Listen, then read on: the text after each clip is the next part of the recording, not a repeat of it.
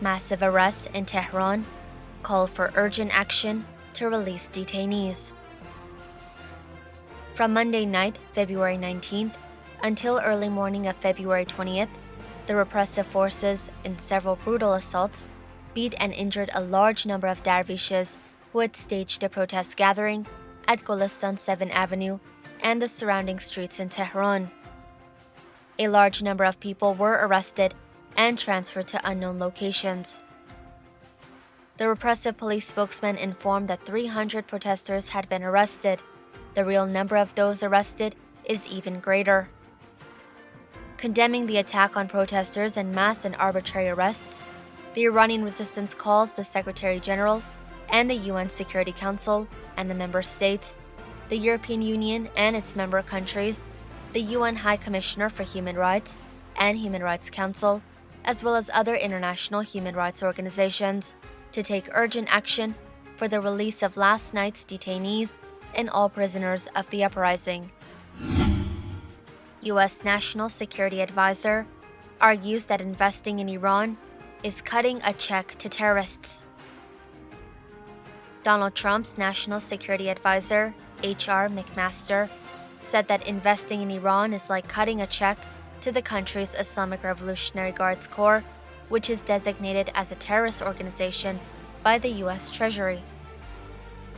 Speaking at the Munich Security Conference on Saturday, McMaster said, "When you're investing in Iran, you're investing in the Islamic Revolutionary Guards Corps, IRGC, a military entity that's intertwined in the Iranian economy and has drawn U.S. sanctions. You might as well cut the IRGC a check." In his speech, it is believed that McMaster was calling out U.S. allies Germany, Japan, and South Korea for their investments in Iran. The U.S. proposes new plan to tackle flaws in Iran nuclear deal. The U.S. has devised a plan to improve the 2015 Iranian nuclear deal over time with the help of Germany, France, and Britain, in exchange for the U.S. not withdrawing from the pact and renewing sanctions relief in May. Under this plan, the U.S. would ask for fewer modifications than it did in January, but would still insist that Iran's development of ballistic missiles is targeted, the inspections of Iran's nuclear facilities are expanded, and the sunset clauses, which allow nuclear restrictions to expire, are removed.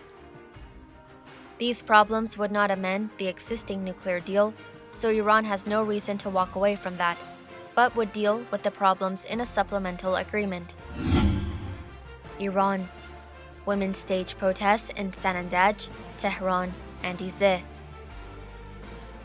Teachers of Sanandaj, men and women who were expelled from their jobs on unfounded allegations in 1979 through 1981, staged a protest outside the governorate of Kurdistan on Sunday, February 18, 2018. The teachers demand their past due wages, elimination of discrimination in their jobs, making official the employment of contract teachers, and let the expelled teachers go back to work. Some 100 managers of kindergartens in Tehran staged a protest outside the Labor Ministry against a memorandum signed between the Welfare Organization and the Education Ministry on Sunday, February 18, 2018. They want the memorandum revoked.